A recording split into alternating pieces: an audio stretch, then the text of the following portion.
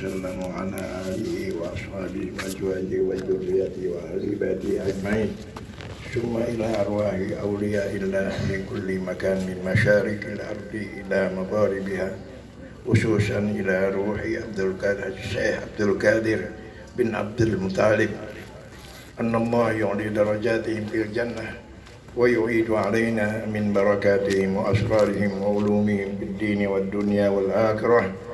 لهم الفاتحة.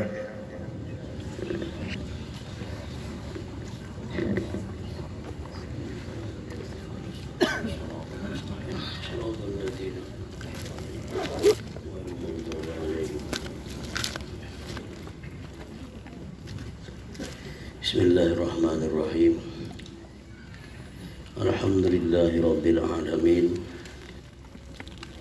A'in ala umuri dunya waddin.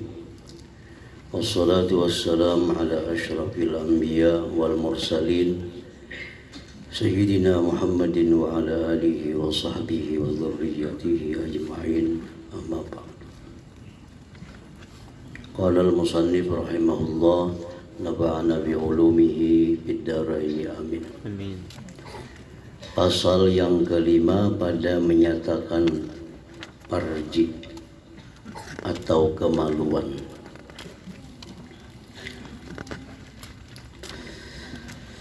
Ketahui olehmu bahwasanya Allah Ta'ala menjadikan ia bagi engkau akan paraj kemaluan karena kegunaan yang bangsa akhirat, yaitu mengadakan anak dengan dia.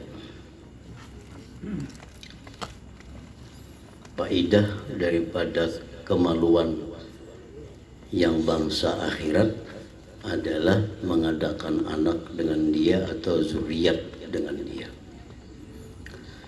Sabda Nabi sallallahu alaihi wasallam, tanakahu tanasalu fa inni mubahim bikumul umama yaumal qiyamah. Artinya, berkahwinlah oleh kamu, nikahlah oleh kamu, niscaya kamu mendapat anak keturunan. Bahwasanya aku bermegah-megah dengan kamu akan segala umat pada hari kiamat. Artinya Nabi menyuruh kawin agar banyak mempunyai umat, karena dengan itu beliau berbangga-bangga di antara para nabi yang lainnya bahwa beliau paling banyak umat. Jadi satu kebanggaan, kemegahan bagi Nabi kita sallallahu alaihi wasallam dengan banyak umat daripada nabi-nabi yang terdahulu.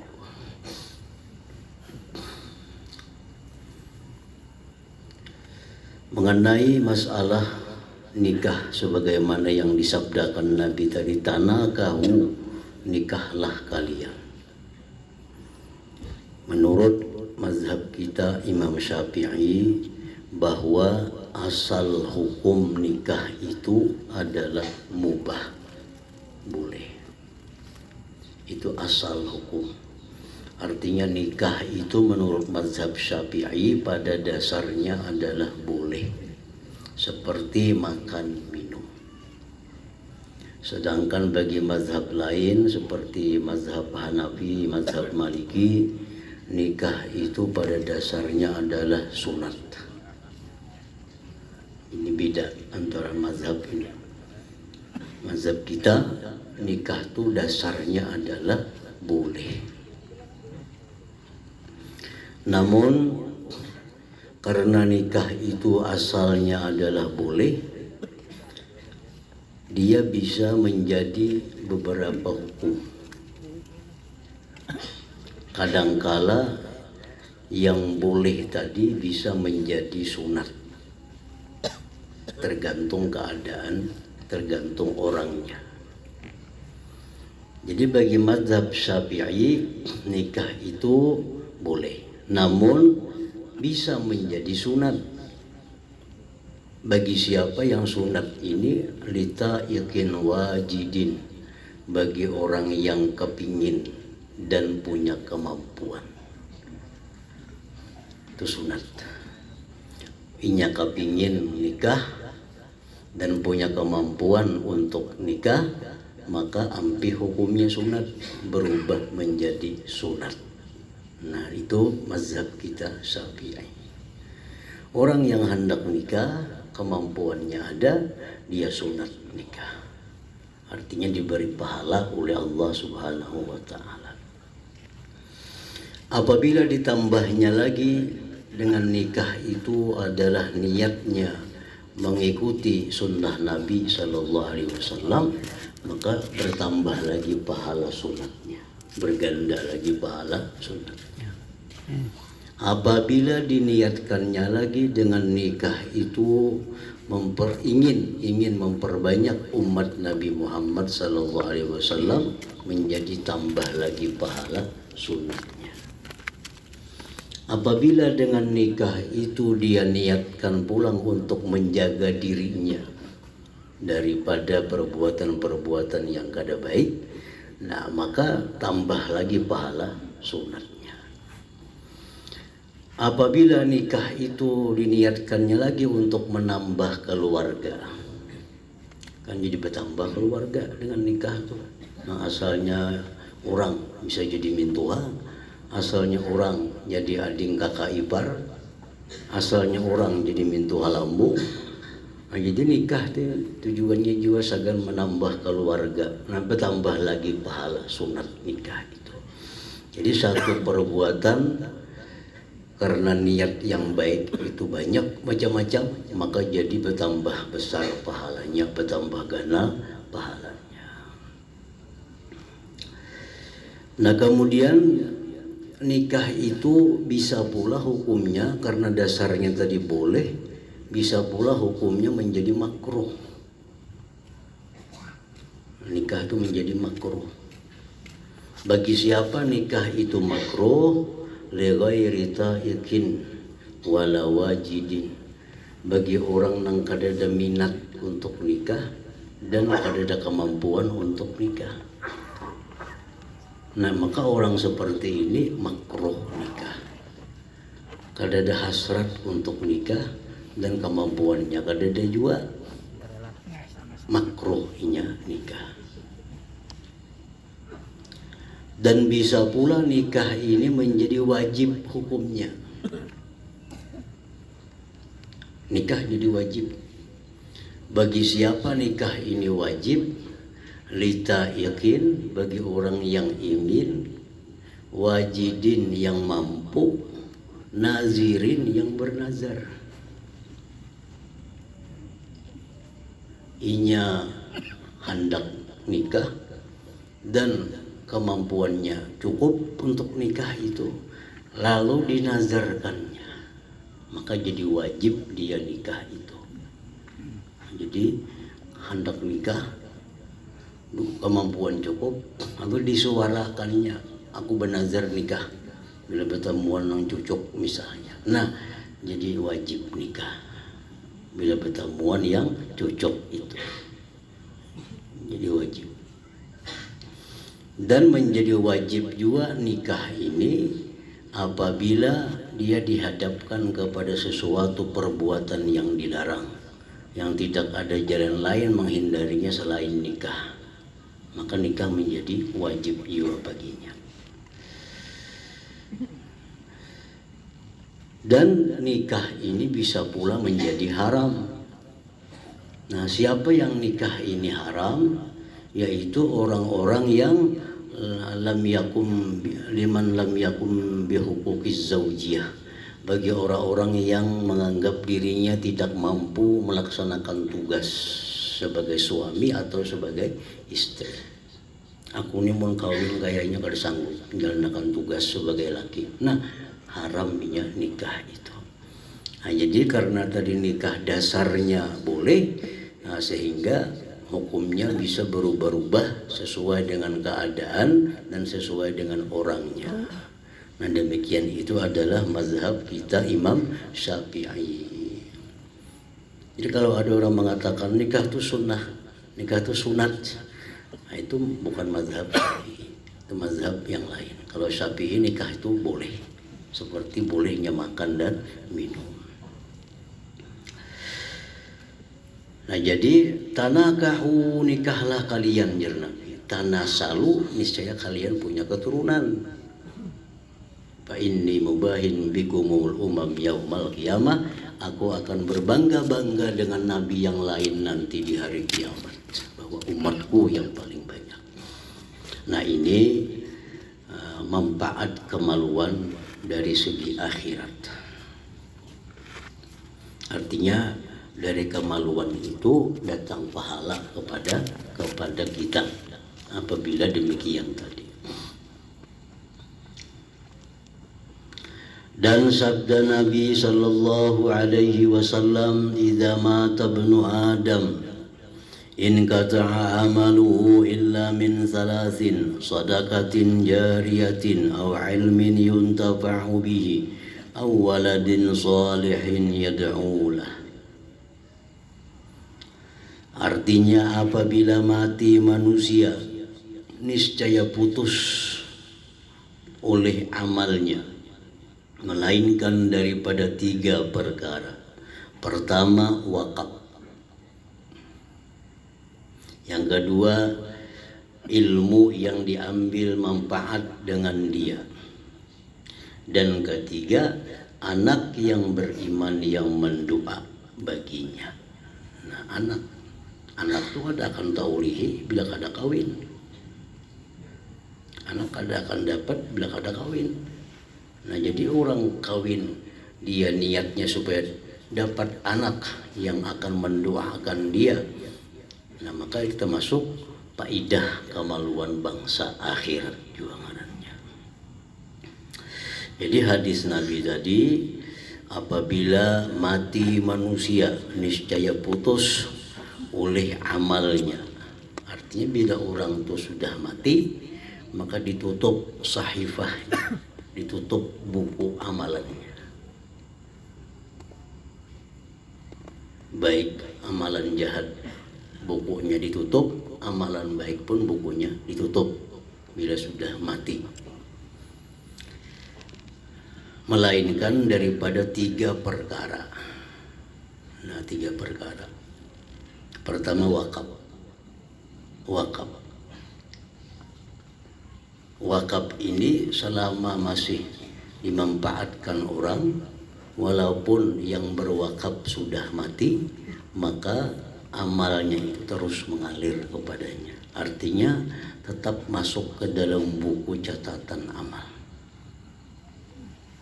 Jadi wakaf tanah, wakaf hambal, wakaf sajadah, wakaf karpet, wakaf bangunan seng, semen, batu, itu yang kawa diulah wakaf, benda-benda yang sifatnya itu dimanfaatkan lawas.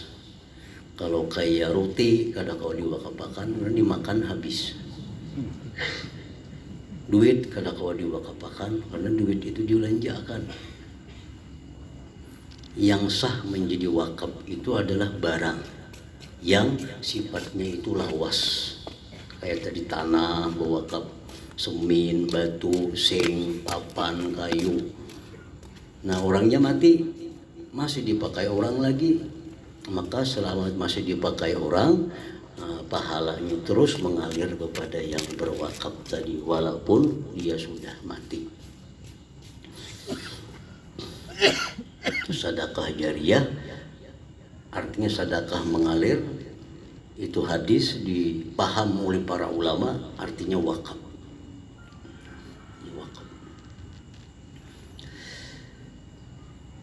Dari hadis Nabi yang lain, bukan hanya amal kebaikan yang bisa terus mengalir kepada seorang yang sudah mati, tapi amal perbuatan jahat pun bisa terus mengalir dosanya kepada yang sudah mati. Jadi jangan dianggap bahwa hanya pahala yang bisa mengalir terus walaupun sudah mati, tetapi dosa pun bisa juga menjadi dosa yang jariah, yang mengalir padahal orangnya sudah mati. Itu Nabi kita menyatakan dalam hadis yang lain. Seperti ujar Nabi kita, man sanna bil Islam sunnatan sayyi'ah falahu bizruha wa bizru man amila biha ila yaumil qiyamah. Siapa aja Nabi yang mengulahkan sesuatu contoh yang jahat, baginya dosa, dan baginya pula dosa orang yang mengamalkan sesudahnya sampai hari kiamat. Nah, ini ngarannya dosa jariah. Contohnya siapa? Anak Nabi Adam, Qabil. Ujar Nabi kita, setiap kali ada pembunuhan di muka bumi sampai hari kiamat, itu Qabil dapat bagian dosanya. Kenapa sebabnya? Karena Qabil itulah yang mulai membunuh. Karena Qabil yang mulai membunuh, sehingga orang belajar membunuh dari Qabil. Nah, ini namanya adalah dosa jariah, dosa yang mengalir.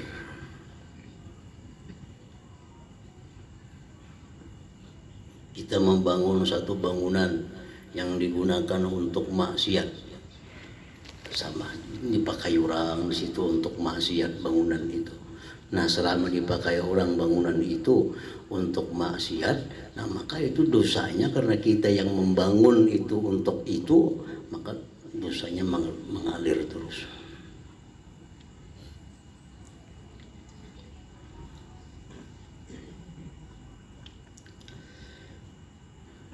Aw ilmin yuntafa'u bihi, atau ilmu yang dimanfaatkan. Orangnya sudah mati. Imam Syafi'i radhiyallahu an sudah ribuan tahun lalu wafat, tapi sampai hari ini pahala terus mengalir kepada Sidin karena banyaknya orang yang beribadah menurut cara Sidin, bermazhab kepada mazhab Syafi'i. Itu ilmu yang dimanfaatkan dengannya. Nah, kemudian ilmu-ilmu yang jahat, ilmu sihir misalnya, diajarkan kepada orang. Nah, selama orang masih memakai ilmu sihir itu yang kita ajarkan, kita akan terus dapat dosa, dapat siksanya di alam kubur. Ini karena ilmu yang jahat yang mengalir dosa kepadanya. Nah, yang ketiga, anak salih yad'ulah. Anak yang saleh yang mendoakan. Berkata Ibnu Hajar rahimahullahu ta'ala, ditulis baginya seumpama segala amal yang baik yang mengerjakan dia oleh anaknya. Jadi anak yang saleh ini, setiap kali dia beramal kebaikan, itu orang tuanya dapat bagian. Dapat bagian. Kenapa? Karena anak saleh ini ada sebab ada orang tua. Inya mendoakan kah? Inya kadang mendoakan kah? Si anak saleh ini setiap kali dia sembahyang, setiap kali dia beramal baik, itu orang tua dapat pahala. Dapat pahala. Tiada segala amalnya yang jahat-jahat. Nah, amal yang jahat-jahat pun si anak nih itu kadang mengalir kepada orang tuanya. Si anak mencuntan, si anak mabuk-mabukan, orang tuanya mati. Dapat dosa lah mama abahnya, kadang dapat dosa. Kecuali orang tua ini kada pernah mendidik anak. Nah, kada pernah mendidik anak. Nah, karena ini kada pernah mendidik anak, maka orang tua ini ada risiko. Ada risiko sampainya amal kejahatan kepada orang tuanya. anak kada dididik agama, anak kada dikenalkan agama, mati orang tuanya, anaknya pemabuk, penjudi. Nah, itu si abahnya ini ada bagian daripada itu karena kelalaiannya dalam mendidik anaknya tadi. Imam Ghazali menyebutkan dalam Ihya Ulumuddin, demikian pula Imam Al-Alusi menyebutkan dalam kitabnya Ruhul Ma'ani, hadis Nabi, inna awwala ma yata'allaqu bil 'abdi yaumal qiyamah ahluhu wa waladuhu. Awal yang bergantung dengan seseorang laki-laki di hari kiamat itu adalah bini dan anaknya.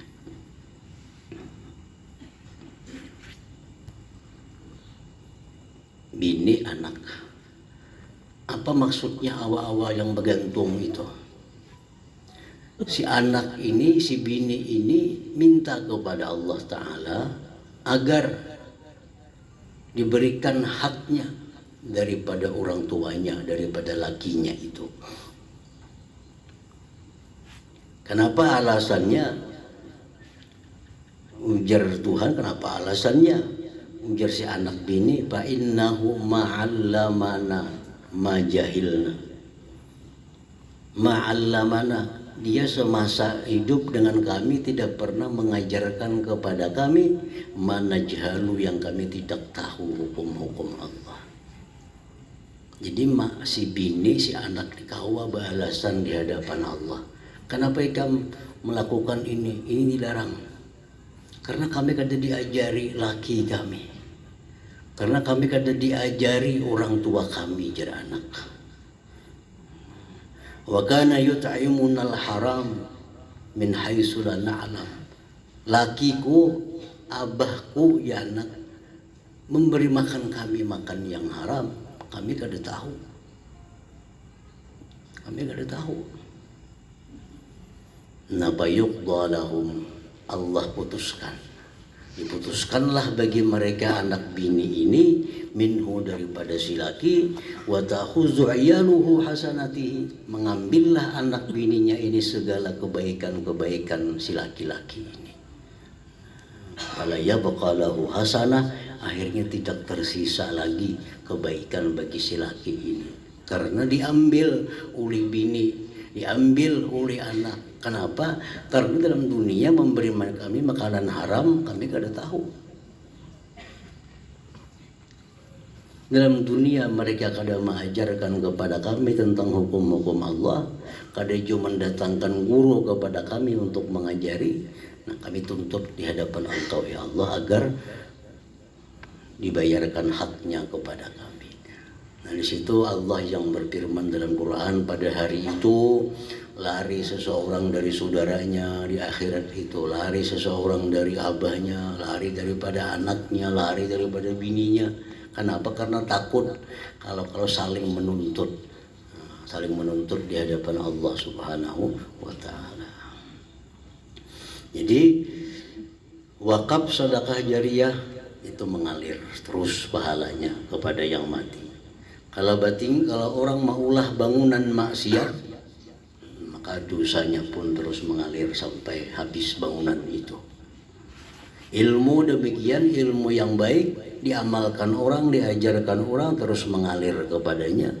Ilmu yang jahat pun, ilmu yang sesat pun mengalir terus dosanya. Nah, anak demikian pula. Anak yang dididik dengan agama, dia berbuat baik, dapat terus pahala orang tuanya. Anak yang kada dididik dengan pengetahuan agama sehingga anak ini maksiat kepada Allah, maka orang tuanya pun ada risiko dosa tersebut.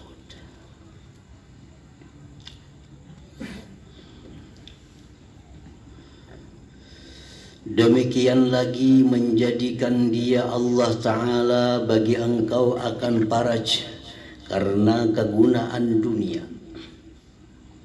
yaitu bersedap-sedap dengan jima dan bersuka-suka dengan sekalian anak yang dapat dengan jima itu.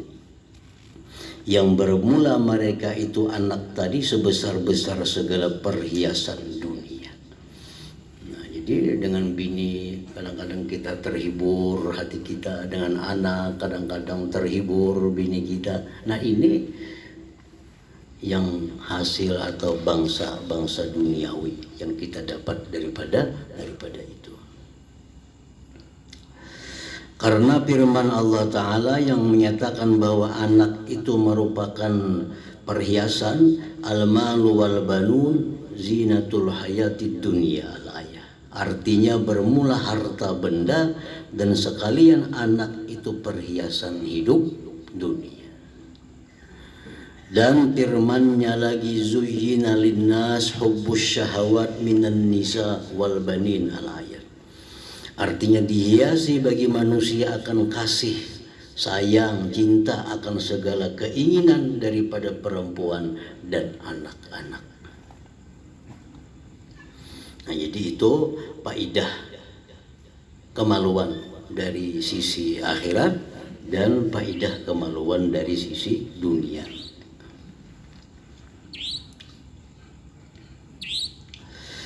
Bermula mensyukurkan ini anggota, mensyukuri nikmat diberikan Allah kemaluan, memeliharanya daripada yang diharamkan. Nah, ini bentuk mensyukuri. Apa yang diharamkan seperti zina, hubungan laki dan perempuan, dan liwat, hubungan laki-laki dengan laki-laki, dan sebutin lagi ada sihak. Sihak itu hubungan bini-bini dengan bini-bini. Nah, orang yang melakukan itu berarti dia tidak mensyukuri nikmat para kemaluan itu. Jadi bermula mensyukurkan ini anggota, memeliharanya daripada yang diharamkan seperti zina dan liwat, dan mengeluarkan air mani lain daripada tangan istrinya dan jariyahnya. Menjaga daripada itu. Dan memeliharanya daripada yang syubhat. Seperti jima pada nikah yang batil. Jika taklid, ia akan yang berkata dengan sah nikah itu. Jadi bentuk mensyukuri nikmat kemaluan ini juga menjaganya, jangan sampai melakukan jima dengan nikah yang batil. Jika taklid, ia akan yang berkata dengan sah nikah itu. Macam nikah menurut mazhab Daud Az-Zahiri atau mazhab Zahiriyah. Bagi beliau ini, perempuan yang janda itu boleh menikahkan dirinya kepada laki-laki tanpa perlu ada wali dan saksi. Ini mazhab Daud Zahiri. Perempuan yang sudah pernah kawin janda, dia boleh menikahkan dirinya kepada laki-laki tanpa perlu kepada wali dan saksi. Nah, ini dalam mazhab kita Syafi'i, nikah seperti itu batil. Walinya kada ada, saksinya kada ada. Tapi ada mazhab yang membolehkan itu. Nah, maka jadi syubhat ngarannya. Jadi syubhat.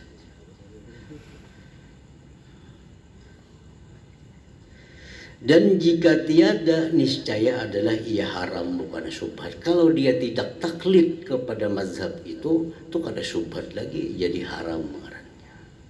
Jadi haram. Jadi orang-orang yang melakukan pernikahan yang menurut satu mazhab batil, menurut satu mazhab sah, maka ini nikah itu syubhat.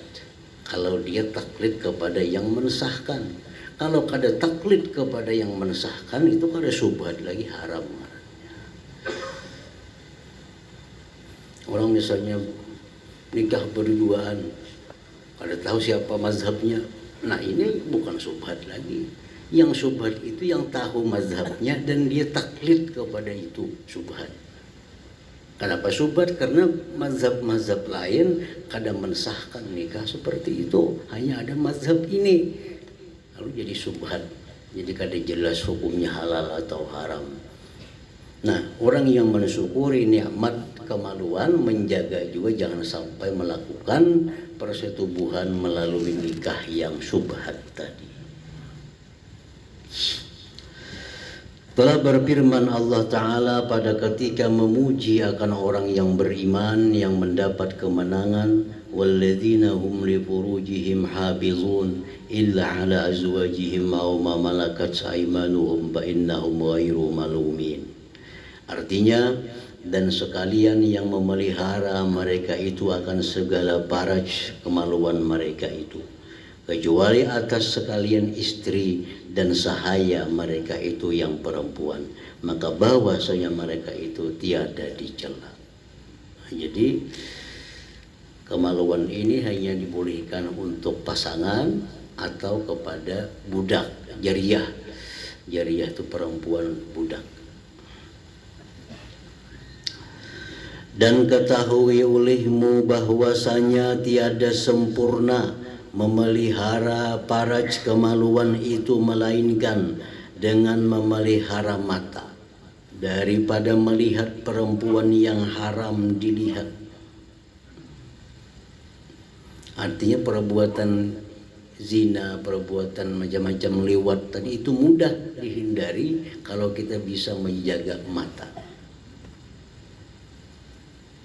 Dan memelihara hati daripada memikirkan rupa yang elok, dan memelihara perut daripada makan yang syubhat dan daripada bersangatan kenyang. Jadi makan-makan yang syubhat, apalagi makan makanan yang haram, itu akan mengarahkan diri kita untuk melakukan perbuatan yang haram. Nah, makanan-makanan yang halal akan mengarahkan kita kepada perbuatan-perbuatan yang halal. Karena yang demikian itu menyeru kepada zina, yang adalah ia sebesar-besar segala dosa besar dengan ijma' ulama, kemudian daripada kufur dan membunuh orang.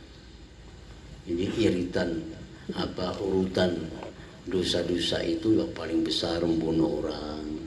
Nah, apalagi paling besar, lebih besar lagi menyekutukan Allah Subhanahu wa Ta'ala, itu nomor satu sudah. Yang kedua membunuh orang, yang ketiga adalah perzinahan tadi. Telah berfirman Allah Ta'ala, walladzina la yad'una ma'allahi ilahan akhar ولا يقتلون النفس التي حرم الله إلا بالحق ولا يزنون ومن يفعل ذلك يلقى أثاما يضاعف له العذاب يوم القيامة ويخلد فيه مهانا إلا من تاب وآمن وعمل عملا صالحا. Artinya, dan mereka yang tiada mengibadatkan mereka itu serta Allah Ta'ala akan Tuhan yang lain. Orang-orang yang tidak menyekutukan Allah dan tiada membunuh mereka itu akan nyawa yang mengharamkan Allah Ta'ala akan membunuhnya, melainkan dengan sebenar-benar. Dan tiada berzina mereka itu. Dan barang siapa yang mengerjakan akan yang demikian itu, niscaya berjumpa ia akan siksa atau telaga di dalam api neraka jahanam. Digandakan baginya akan siksa pada hari kiamat, dan berkekalan ia padanya, dihinakan dia, melainkan mereka yang tobat dan beriman dan mengerjakan amal saleh. Ini perbuatan menyekutukan Allah, perbuatan membunuh, perbuatan berzina, itu perbuatan yang diancam oleh Allah dengan siksa. Ayat Allah tadi menyebutkan wa yakhlud fihi, kekal dia pada azab itu. Nah, yang kekal pada azab ini siapa? Orang yang menyekutukan Allah. orang yang membolehkan membunuh, orang yang membolehkan berzina. Nah, ini kekal. Ini kekal. Kalau orang hanya membunuh tapi dia menganggap bahwa itu bukan halal, atau orang berzina dia menganggap itu bukan halal, ini diazab tapi tidak dikekalkan di dalam api neraka. Jikalau dia kada bertobat kepada Allah Subhanahu wa Ta'ala. Nah, kalau bertobat itu lain masalahnya.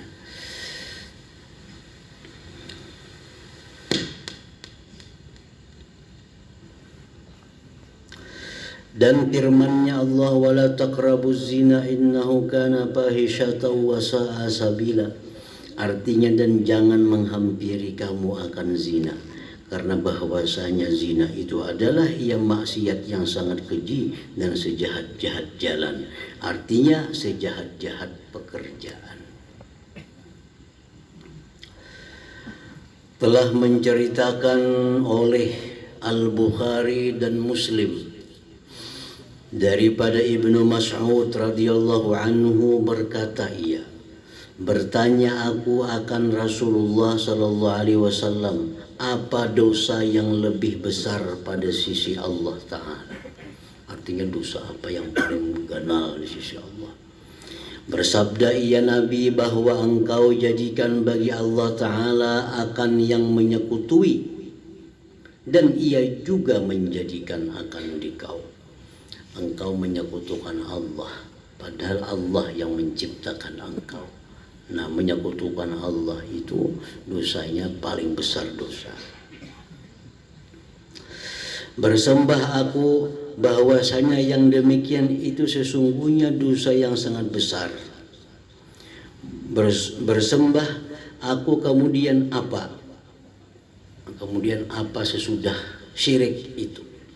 Bersabda ia Nabi, bahwa engkau bunuh anak engkau karena takut engkau bahwa makan ia serta engkau. Nah, engkau membunuh anak karena khawatir kada sanggup mengungkusi, kada sanggup memberi makani, dibunuhlah anak. Nah, ini dosa kedua sesudah syirik. Bersembah aku kemudian apa sesudah itu? Bersabda ia Nabi, bahwa engkau berzina akan perempuan orang yang hampir dengan rumah engkau. Nah, engkau berzina dengan istri tetangga engkau. Itu dianggap urutan yang ketiga dalam hadis ini. Nah, wallahu subhanahu wa ta'ala.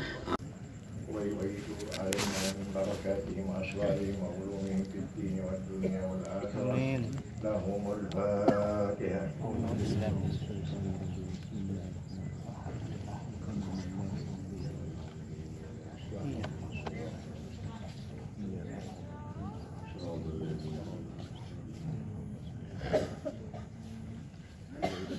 Bismillahirrahmanirrahim. Alhamdulillahirabbil alamin wa bihi nasta'in ala umuri dunya wad din. Wassalatu wassalamu ala asyrafil anbiya wal mursalin sayyidina Muhammadin wa ala alihi wa sahbihi ajma'in. Qala al-musannif rahimahullah, nafa'ana bi ulumi fid-darain. Amin. Ya ayyuhas syaikhu qad afnaita umraka fastadrik ma fataka. قد لبست البياض وهو الشيب والبياض لا يحمل الدنس. يا أيها الشيخ, wahai syekh. Syekh itu orang yang berumur 40 ke atas, 50, 60 disebut syekh. Jadi manusia dalam janin, dalam perut disebut janin. Begitu keluar perut, janin tadi berubah nama menjadi tiflun, tifil.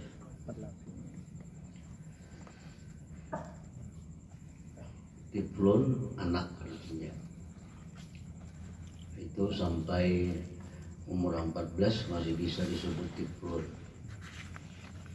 Nah 14 itu disebut murahib. Orang yang umur 14 tahun itu disebut murahib.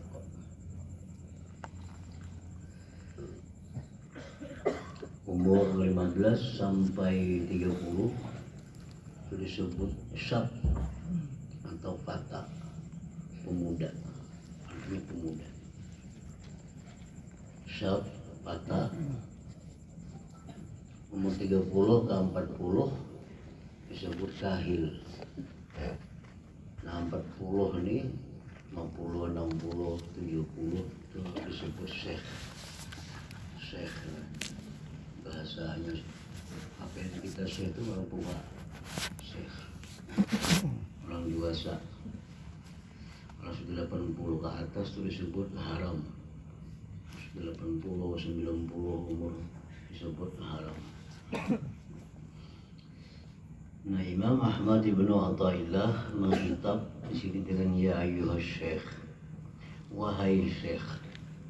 Artinya kata buat di sini umur di bawah 40, umur 30 ada masuk, umur 20 selawi ada masuk. Ya ayyuhas syekh, wahai yang berumur 40 ke atas. Qad abnaita umuraka, engkau telah banyak menghabiskan umur engkau. Qad abnaita umuraka, engkau sudah banyak menghabiskan umur. Fastadrik ma fataka, perdapati yang sudah luput akan engkau. Banyak waktu kita terbuang dalam hal-hal yang ada nilai baik. Banyak waktu terbuang dalam yang sia-sia, banyak waktu terbuang dalam maksiat. Fastadrik ma fataka, perdapati sesuatu yang luput akan engkau. Dalam beberapa yang lalu beliau menyebutkan bagaimana cara memperdapati banyaknya umur kita yang terbuang sia-sia. Presiden di situ di halaman-halaman awal kitab ini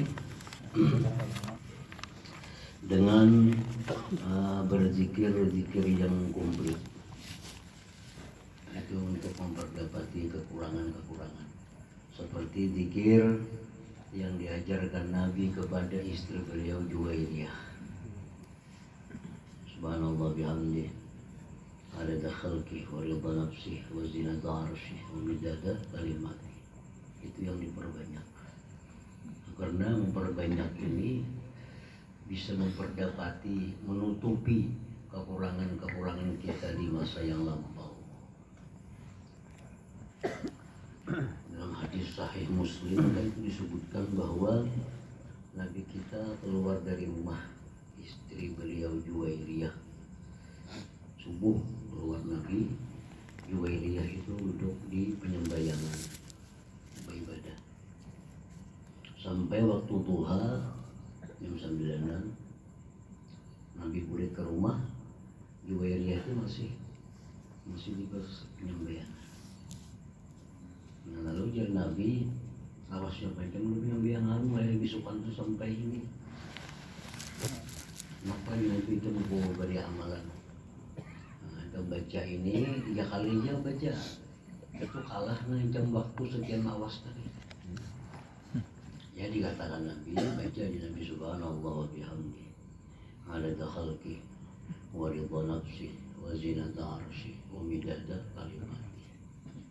Nah, lalu oleh para ulama, zikir itu pendek, tapi ganjaran pahalanya itu bisa menutupi kekurangan-kekurangan kita di masa lampau.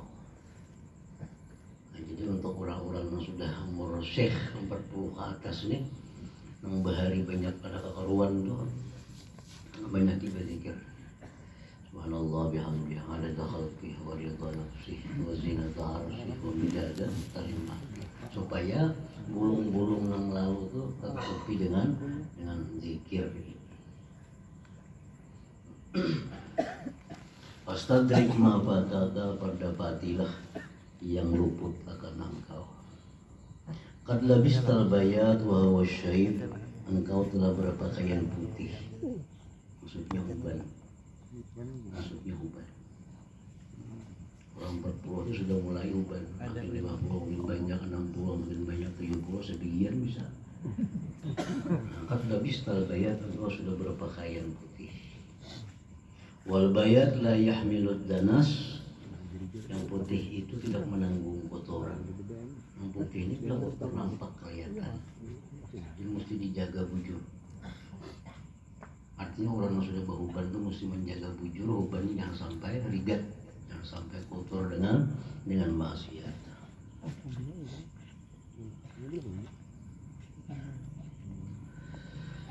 Misalul qalbi, perumpamaan hati, kalmir'ah, seperti cermin. Wa misalun nafsi, perumpamaan nafsu, kan nafasi, seperti nafas. Ulama tanapas tan nafasa, bila mana engkau bernapas satu napas, alal mir'ati, atas cermin, sawadatha, menghitamkan akan cermin. Kalau kita cermin, kita bernapas cermin itu ada bakas kuat.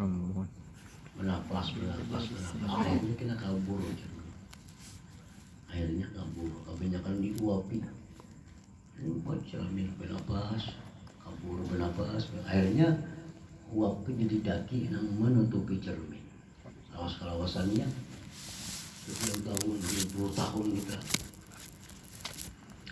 Demikian pula artinya orang yang hidupnya ini selalu menuruti nafsunya, itu mengotori hatinya.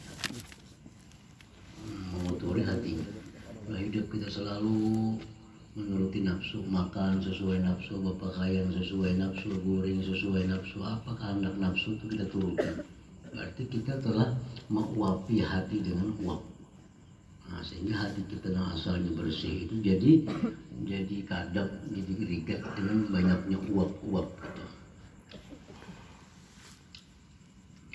Qalbul fajir mir'atil ajuz. Hati orang yang jahat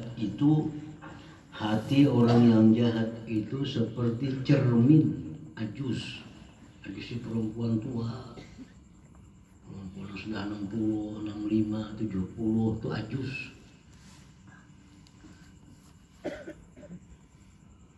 Nah, jadi hati orang yang jahat itu sama lawan cermin yang dimiliki oleh perempuan tua renta. Allati da'ufat himmatuha an tajluha wa tanzura fiha, yang lemah keinginan si perempuan tua tadi membersihkan cermin dan memandang kepada cermin. Perempuan tua, apalagi kan dicermini lagi. Perempuan sudah umur 70, 80, kada meherawakan cermin lagi. Ligat cermin kada bersih sih. Kenapa? Ada penting cermin yang sudah tua, apa dilihat. Nah, hati orang yang jahat itu macam itu, kayak cermin milik perempuan tua, kada tahu urusan. Wa qalbul arif, sedangkan hati orang yang ma'rifat kepada Allah, kamir'atil arus, seperti cermin pengantin. Nah, pengantin belum berapa kali sehari cermin. Cermin, teman lap cermin, bersih cermin. Pakai banyak cermin. Wala yaumin tanzuru biha, tiap hari dia pandang cermin itu. Pada tazalu maskulah, senantiasa cermin itu mengkilat. Kalau cermin pengantin itu mengkilat, pakai terus bersih, jangan cermin. Nah, hati orang yang arif itu seperti cerminnya pengantin, selalu dipandang, selalu dikontrol, selalu diawasi, dibersih. Itu hatinya orang yang arif.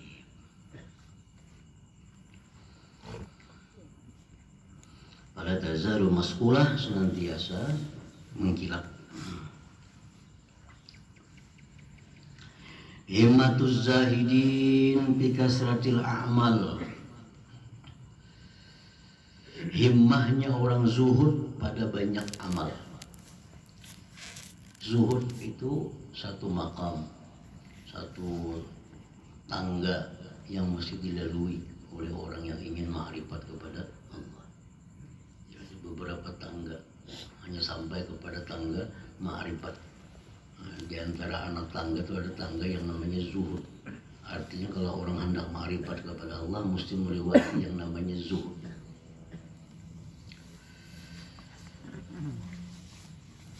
Zuhud ini sesudah wara dulunya zuhud. Ya, kalau kita hendak ma'rifat kepada Allah, tangga pertama yang kita naiki tubat dulu. Tubat. Ada dosa-dosa kita banyak, kita tubat kepada Allah. Ada harta-harta kita yang kada jelasakan supaya jelas, supaya bersih. Nah, tubat. Nah, sudah tubat ini lulus, sudah naik ke tangga wara. Apa arti wara? Menjauhi perkara-perkara yang haram, menjauhi perkara-perkara yang tidak jelas halal haramnya. Itu wara. Nah, jadi ini wara. Setelah tubat ini biris semua, biris sudah dianggap sudah tubat daripada segala dosa yang pernah dilakukan. Pindah ke wara, naik ke wara, mengatur gaya hidup. Wara ini apa-apa yang haram, apa-apa yang tidak jelas halal haramnya ditinggalkan. Pakaian, makanan, perkataan, apapun nang haram, nang kada jelas halal haramnya ditinggalkan. Wara. Nah, kalau wara ini sudah selesai, naik ke ketiga, zuhud. Zuhud ini artinya apa? Menjauhkan pada dirinya sesuatu yang membuat dia sibuk daripada ibadah. Nah, ini zuhud. Halal kah? Mulai ini pacang ribut urusannya sudah dosa. Ini halal. Tapi mengurus ini sembahyang ada berjemaah, mengurus ini subuh bisa melandau, mengurus ini sudah walaupun halal dah harus diurus lagi. Tinggalkan. Nah, ini zuhud. Zuhud lebih tinggi daripada wara. Kalau wara itu urusannya yang haram dan yang subhat. Kalau zuhud ini urusannya yang halal tapi mengganggu tahajud. Kalau ngurus kabul ini siang malam, akhirnya kalau urus lagi ini orang zuhud mesti meninggalkan. Nah, orang zuhud ini apa? Dia tinggalkan yang halal supaya kau beribadah, supaya kau membaca wirid ini, membaca wirid itu, membaca wirid ini, membaca wirid ini. Nah, kalau punya banyak pekerjaan kada awal, ada pekerjaan halal, cuma mengganggu ibadah sudah tinggalkan di zuhud. Jadi himmatuz zahidin, himmahnya, keinginannya orang zuhud itu fikasratil amal, banyak beramal.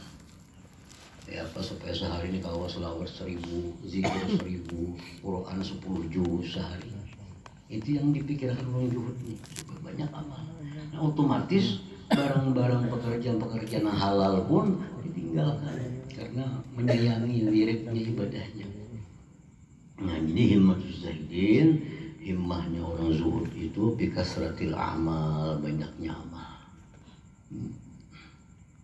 Sesuai dengan tangga yang ketiga itu yang diurusnya.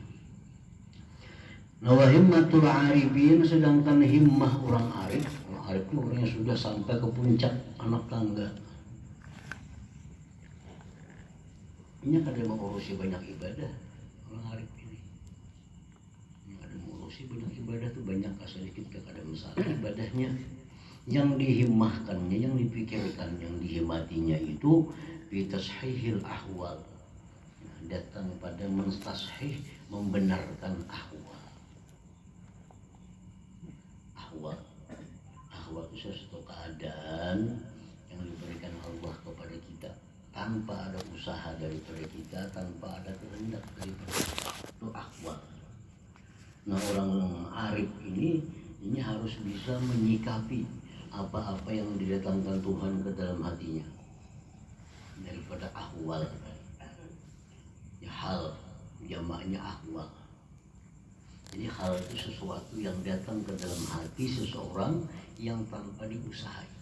Itu hal. Contohnya apa? Seperti basat.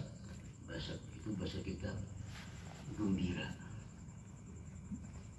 Kalau kita amati dalam diri kita ini, kadang-kadang ada datang gembira dalam hati tanpa ada sebab yang kita ketahui. Hati nyaman, lapang, itu namanya basat. Nah ini namanya hal tanpa kita kehendaki, tanpa ada sebab-sebab apa, kalau dibuat timbul hati kenapa salah apa, senyaman. Nah ini disebut basat. Nah ini hal namanya.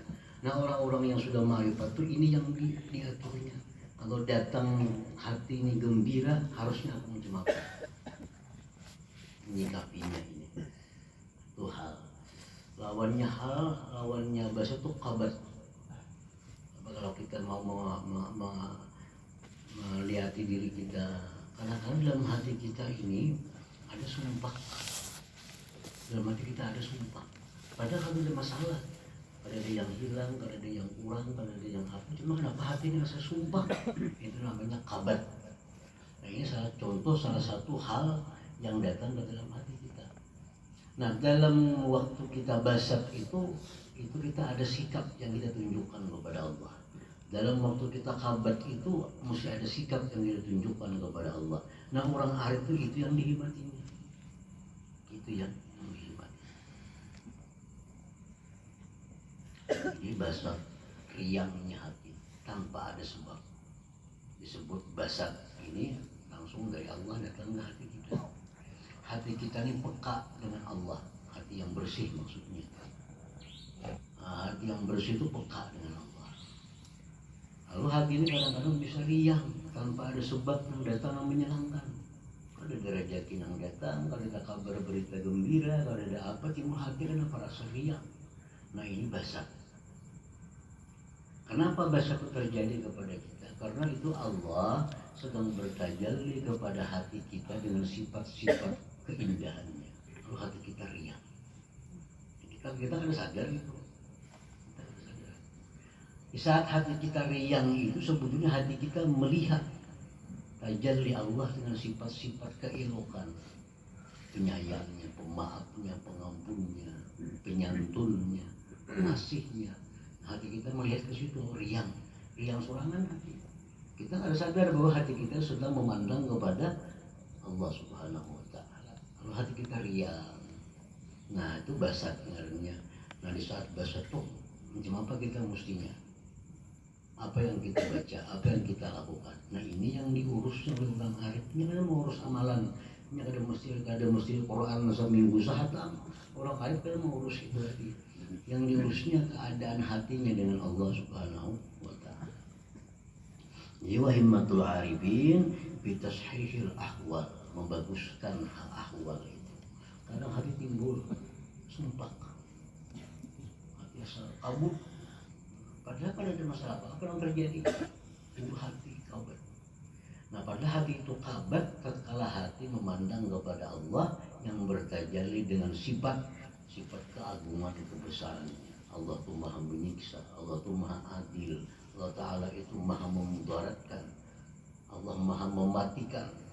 Nah hati itu memandang ke sana timbulnya kabat, sumpah. Nah itu permainan orang yang sudah ma'rifat dengan Allah Subhanahu wa Ta'ala. Jadi dia sibuk menyikapi hal-hal yang diberikan Tuhan kepada dirinya. Sibuk itu. Kalau orang zuhud, orang masih dalam suluk, orang masih dalam perjalanan menuju ma'rifat, itu yang diinginkan banyak amal. Oh, sekian juz zikir, sekian ribu salawat, sekian ribu, itu orang zuhud. Kalau orang arif ini kan perlu banyak itu. Tapi ini menjaga hatinya itu dalam menyikapi hal-hal yang datang dari Allah Subhanahu wa Ta'ala. Himmatul arifin fi tashhiril ahwal. Arba'atun tu'inuka 'ala jala'i qalbik. 4 perkara ini yang menolong engkau membersihkan hati. Nah, 4 perkara ini yang membantu engkau atas membersihkan hati engkau. Pertama, kasratuz zikr, banyak zikir. Dan Quran itu disebut wazakirina Allah katsira. Uzkurullah zikran katsira. Disebut buat katsira. Zikirlah kalau kepada Allah, zikir yang banyak. Yang dipuji oleh Allah di Quran itu wazakirina wazakirat kasira, laki-laki perempuan yang berzikir banyak. Nah, jadi karena zikir yang banyak itulah yang mampu menerangkan hati kita. Hati kita ini penuh dengan angkat baik, macam-macam ada dalam hati kita. Nah, untuk membersihkan itu kata-kata zikir 100 begitu, kata-kata ada sanggup hilang. Itu harus zikir yang banyak untuk membersihkan hati. Jadi para ulama macam-macam pendapat kayak apa supaya kita ini masuk dalam golongan zikir yang banyak itu.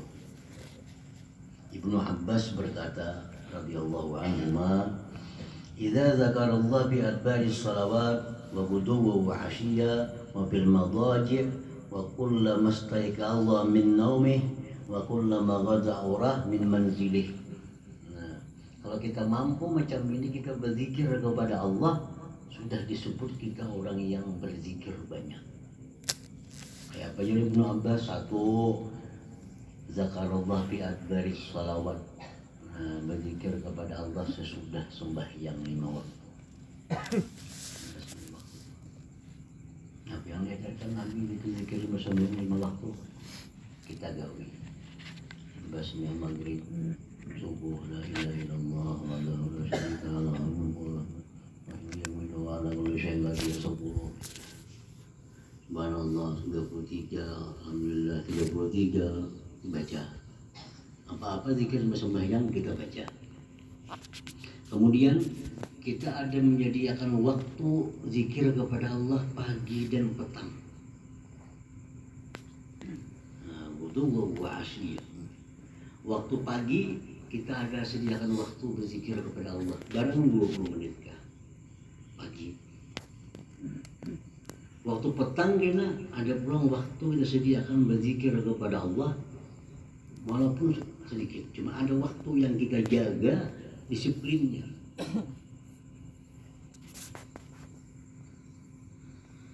Habis itu berzikir lagi ketika waktu hendak guring.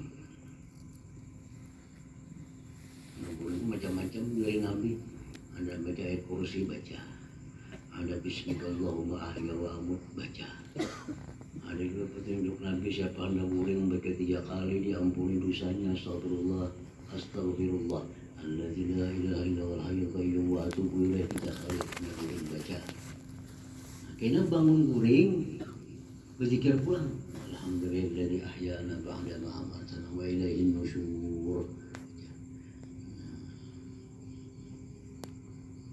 Kemudian keluar rumah bacaan lagi bismillah tawakkaltu 'ala Allah la haula wala quwwata illa billah. Nah, kalau kita kawa disiplin macam itu sudah masuk golongan orang yang berzikir banyak. Nah, sudah masuk dalam orang yang dipuji oleh Allah Subhanahu wa taala.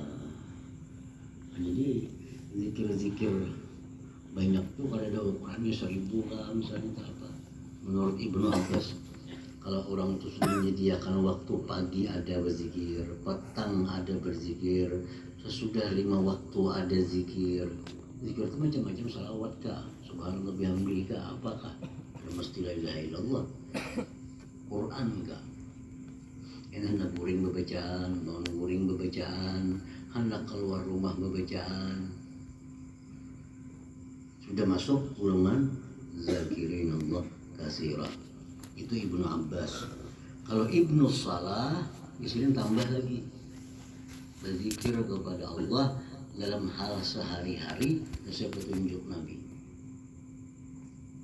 Misal kita anak masuk ke WC, bismillah Allahumma inni a'udzu bika min khaba'is. Kalau berdiri pada WC ukuran alhamdulillah ada yazaba anil azza wa abani. Nah, untuk kita hendak buat pakaian, alhamdulillah dikasani hadis salat wa razaqani min ghairi haulin minni wala quwwah. Untuk kita bercermin, Allahumma kama hasanta khalqi fahasin khuluqi. Nah, jadi tambah itu pulang. Kita hendak makan baca bismillahirrahmanirrahim. Kita imbah makan, alhamdulillah ta'amani hadza ta'am wa razaqani min ghairi haulin minni wala quwwah. Nah, sudah kita kawa macam itu, masuklah kita dalam zakirin Allah katsira. Orang banyak berzikir kepada Allah.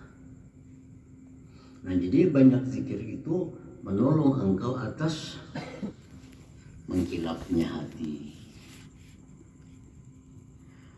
Pertama itu waluzumus samti, melazimi diam. Melazimi diam. Jikalau kada bisa berpandir yang baik. Man kana yu'minu billah wal yawmil akhir falyaqul khairan aw liyasmut.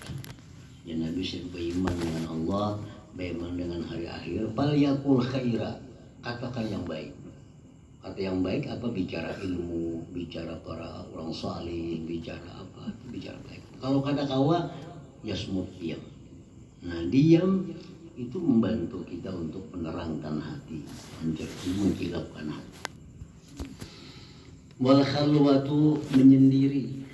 Nah, menyendiri itu membantu membersihkan hati juga.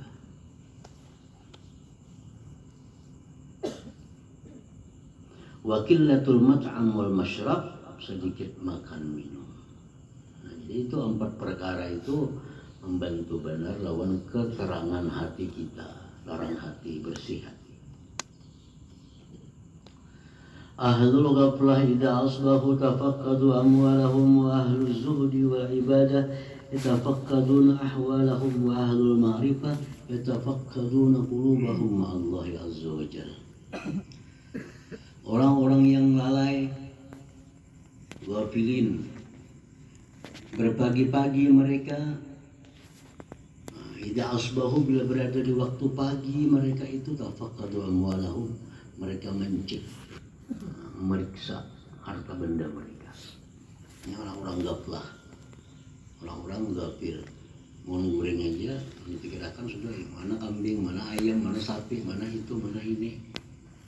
Ini bagi bang goreng dia dan dipikirkannya yang dia diperiksainya harta-harta mereka. Wa ahluz zuhdi wal ibadah, sedangkan ahluz zuhud dan ibadah yatafaqqaduna ahwalahum, mereka memeriksa keadaan diri mereka. Nah, orang zuhud, orang ahli ibadah berpagi-pagi mereka itu mereka periksa diri mereka. Malam tadi kemana aku berjalan, malam tadi apa yang aku ucapkan, malam tadi apa yang aku lakukan. Itu yang diperiksainya. Nah, sedangkan orang ma'rifah yatafaqqaduna qulubuhum ma'allah azza wa jalla, mereka itu berpagi-pagi memeriksa hati mereka beserta Allah azza wa jalla. Ma min nafasin yubdihi Allah ta'ala fika min ta'atin aw maradin aw faqah illa wa huwa yuridu an yakhtabiraka bidzalik. Tidak ada satu napas yang Allah nampakkan pada engkau daripada taat atau sakit atau susah atau kaya, melainkan Allah menghendaki menguji engkau dengan demikian. Menguji engkau dengan demikian supaya kita tahu diri kita kayak apa. Allah menguji itu supaya yang diuji tahu. Allah tahu sudah. Allah tahu kita ini orang baik, kita ini orang tidak baik, itu Tuhan tahu. Cuma ini Allah memberikan ujian ini supaya manusia ini tahu kadar dirinya. Aku ini mendapat nikmat kayak apa lawan Allah. Nikmat itu kan ujian. Tuhan tahu, kita bila itu mendapat nikmat pacang layau di Tuhan tahu ya Tuhan itu. Cuma kita kada sadar kadang-kadang bila kada berpikir, oh ini nikmat ini ujian lawan aku. Dengan nikmat ini apakah bisa aku dekat dengan Allah? Sakit itu ujian dengan Allah. Ujian Allah kepada kita agar kita ini tahu apakah masuk orang yang sabar atau ada. Kalau Tuhan sudah tahu nyata. Tapi kita kadang-kadang kada sadar diri kita ini sabar atau ada. Nah, diuji supaya tahu. Jadi apapun yang Allah nampakkan pada diri engkau, taat, sakit, susah, senang, tidak ada melainkan Allah menghendaki menguji engkau dengan demikian. Man talabat dunia bi tariqil akhirah, barang siapa mencari dunia dengan jalan akhirat. Artinya orang-orang yang beramal akhirat tapi motivasinya dunia. Orang beramal amal akhirat tapi yang ditujunya adalah keberhasilan dunia. baca ini, baca itu, baca macam-macam amalan baik, tapi tujuannya dari segala amal itu motivasinya keberhasilan dunia. Kama akhadha mil'aqata yaqutin, seperti orang yang mengambil sendok yang dibuat dari yakut, yaghribu bihal azirah, dia cibuk dengan sendok itu kotoran. Apa ma yu'addu hadza ahmad, apakah tidak dianggap ini orang bodoh? Sendok yang terbuat dari permata sedang menyendok kotoran lah. Nah, jadi artinya orang-orang yang beramal ibadah kepada Allah tapi yang ditujunya adalah keberhasilan dunia, kesuksesan dunia yang ditujunya, itu dianggap orang bodoh.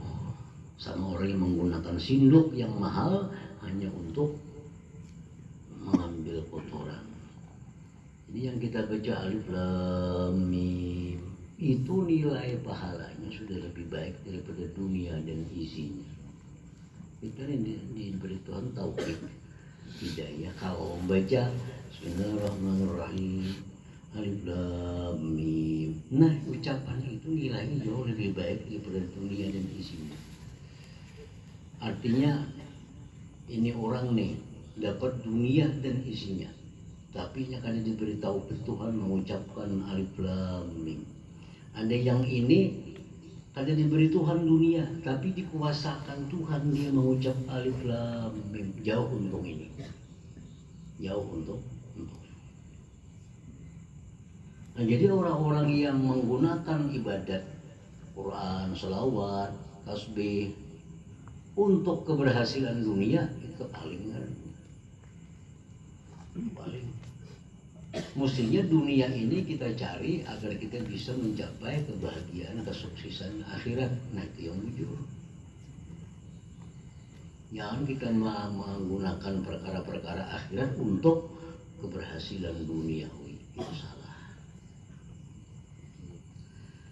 La ta'taqid anna an-nas fatahumul ilmu bal fatahumut taufiqu aksara minal ilm. Jangan kau beranggapan bahwa manusia itu banyak kada ilmu. Jangan beranggapan itu. Bal fatahumut taufiqu aksara minal ilm, bahkan yang luput daripada mereka taufik lebih banyak daripada ilmu. Jadi yang bujur itu bukan menganggap orang banyak kada ilmu, jangan. Yang bujur itu adalah banyak orang kada dapat taufik Allah. Banyak orang kada dapat taufik Allah. Setiap orang yang berilmu belum tentu dapat taufik. Kita ini tahu sudah sambil tahajud itu baik, tapi belum tentu kita kawah sambil tahajud. Belum tentu kawah. Kenapa? Karena tergantung taufik. Bila taufik diberi Tuhan kawah, bila kada kawah walaupun ilmu segudang. Jadi manusia itu yang banyak bukan kada berilmu, yang banyak itu kada bertaufik. Kada bertaufik. La ta'taqid anna an-nas fatahumul ilm, jangan kau beranggapan bahwa manusia itu luput akan mereka oleh ilmu, bal fatahum at-taufiqu, bahkan luput akan mereka oleh taufik aksara minal ilm. Awwalu ma yanbaghi laka an tabki ala aqlik, awal yang layak, awal yang semestinya bagi engkau bahwa engkau menangisi atas akal engkau. Awal yang mesti bagi engkau itu menangisi atas akal engkau. Akal engkau. Menangis artinya prihatin. Kita kalau utama kita prihatinkan akal kita. Kenapa akal kita ini kurang berfungsi? Kenapa akal kita ini kurang berpengaruh dengan hati? Kan fungsi akal ini memberi nasihat kepada hati. Kalau kita hendak membuat ini, ya akal, bujur ada. Mereka menggawi itu, kan dapat apa? Nah, kan akal nih. Cuma akal kita ini kayaknya ada yang berfungsi. Berfungsi juga tapi diasi oleh hati. Kan hati yang menentukan. Akal cuma memberi nasihat. Kita hendak ke sana, Akal itu sebenarnya menasihati. Ya akal kamu menuju sana baik yang dapat. Yang dapat dosa pada ya situ. Kamu kan di rumah. Baca Quran enggak? Itu akal. Tapi akal ini jarang menasihati. Kalau menasihati si akal ini jarang diasih oleh hati. Nah jadi semestinya yang pertama-tama engkau prihatin itu akal. Akal. Kenapa akal ini kata lagi menasihati? Menasihati jiwa, hati kata masih. Berarti akal ini ada masing lagi. Kalau akal yang berpengaruh itu, di akal. Kemudian kesana, rusak, jangan manfaatnya. Hati lo masih ya. Ini akal yang bagus, akal yang berpengaruh, aklun salim, akal yang selamat. Nah kalau si akal ini menasihati cuma hati kada makanya berarti akal ini kada dibawa dengan hati. Jadi kita mesti prihatin dengan akal. Kenapa akal kita jarang memberikan masukan kepada kita? Fakama yaqa'ul qahtu fil kala, sebagaimana terjadi kemarau pada rumput, fakadzalika yaqa'u bi uqulir rijal, seperti demikian pula kadang-kadang jatuh akal dia, jatuh itu kemarau pada akal-akal laki-laki. Sebagaimana padang rumput itu bisa kemarau, kering, nah akal kita bisa kemarau juga. Kalau akalnya adalah kita mau menasihati. Karena akal ini sesuatu yang diciptakan oleh Allah untuk menasihati kita, dan akal ini urusannya selalu akibat. Akal ini selalu akibat. Maka pasarana, ya akal untuk berpasar akibatnya apa? Dapat apa? Anak makan ini anak, ya akal mencari makan itu akibatnya kita apa? Kita parut kada. Itu akal, ya akal ini selalu menasihati. Kalau akal ini baik, kalau akal ini kemarau, peciklik, nah ya akal itu mau menasihati. Itu yang kita disuruh prihatin dengan akal ini dulu. Wabil akli asan nas ma'an nas wa ma'allahi ta'ala. Dengan akal itu orang hidup, manusia hidup bisa dengan manusia dan dengan Allah Subhanahu wa ta'ala. Ma'anas bihusnil khuluq, dengan manusia dengan baik budi pekerti, wa ma'allah dengan Allah, ittiba'i mardatih, dengan mengikuti keridaan-keridaan Allah Subhanahu